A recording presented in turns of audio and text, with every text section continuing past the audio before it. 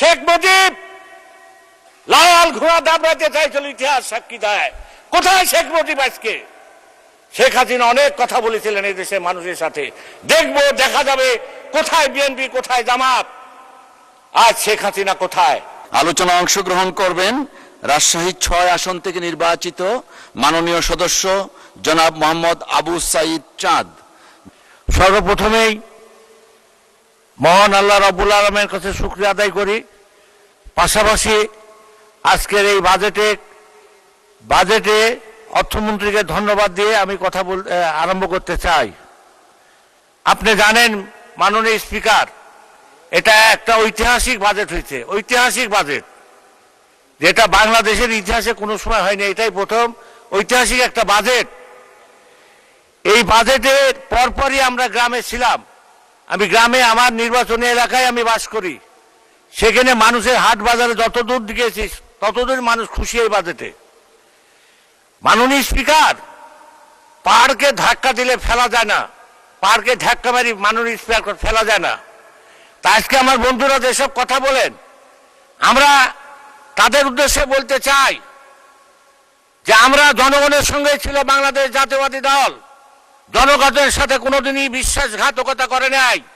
আপনি জানেন যে 1971 সালে আমরা জনগণের সাথেই ছিলাম, আন্দোলনের সাথে ছিলাম, স্বাধীনতার পক্ষে ছিলাম। 1976 সালে বাংলাদেশের সমস্ত দল, বিরোধী দল এরশাদের কোলে উঠেছিল।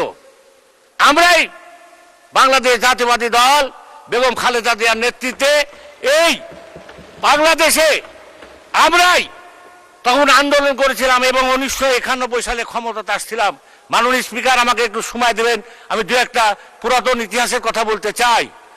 91 সালে এই দেশে প্রেসিডেন্ট গভর্নমেন্ট বাদ দিয়ে এই দেশে মন্ত্রিপরিষদ শাসন আমাদের বেগম খালেদা জিয়া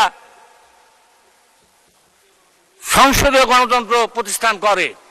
1996 সালে মাননীয় স্পিকার, 1996 সালে সমস্ত দল একখানে হয়ে গেছিল, আন্দোলন করেছিল।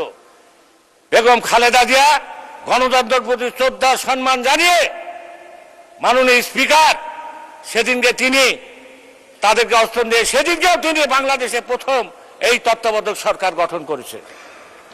আমি বলতে চাই, পাহাড়কে যেরকম ধাক্কা দিলে ফেলা যাবে না। শেখ মুজিব লাল ঘোড়া দাবড়াতে চাইছিল, ইতিহাস সাক্ষী দেয়। কোথায় শেখ মুজিব আজকে? শেখ হাসিনা অনেক কথা বলেছিলেন এই দেশের মানুষের সাথে, দেখবো দেখা যাবে কোথায় বিএনপি, কোথায় জামাত। আজ শেখ হাসিনা কোথায়? আমরা বিএনপি বাংলাদেশের প্রত্যেকটা আন্দোলনের সংগ্রামে ছিলাম।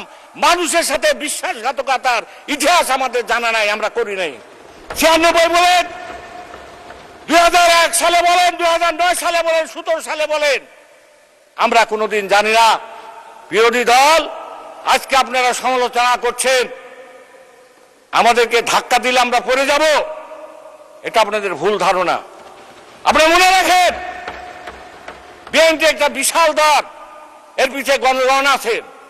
আপনারা এই ঢাকা ইউনিভার্সিটি যখন ছাত্র শিবির পাস করেছিল, আপনারা যখন চিটাগাঙ্গে পাস করেছিলেন, আপনারা যখন রাজশাহী পাস করেছিলেন, আপনারা ঘোষণা দিয়েছিলেন যে আমরা এবার ক্ষমতায় যাব। যার কারণে সেই ক্ষমতা কোথায় গেল, কি অবস্থা হলো, বাংলাদেশের জনগণ কাকে সমর্থন করলো, ইতিহাস সাক্ষী দিবে, ইতিহাস সাক্ষী দিবে।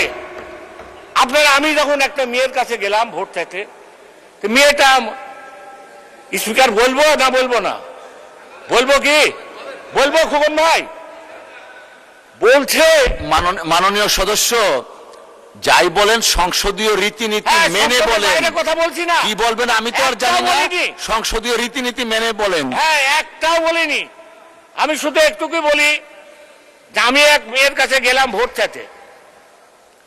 মেয়েটা বললো যে বাবা নতুন করে কথা শুনছি। কি গো? তো বলছে, মা বাবা এখন নাকি মরার পর, মানুষের মরার পর আমরা জানি তোমার দিনকে, তোমার রবকে, এগুলো আল্লাহ জিজ্ঞাসা করে। ওই মেয়েটা আমাকে বলছে যে ভোট কাকে দিছো সেটাও নাকি আল্লাহ রাব্বুল আলামিন এবার জিজ্ঞাসা করবে। শুনতে শুনতে তো আমার মাথা খারাপ হয়ে গেল। আমি আবার গেলাম, যেটা ভোট তো সব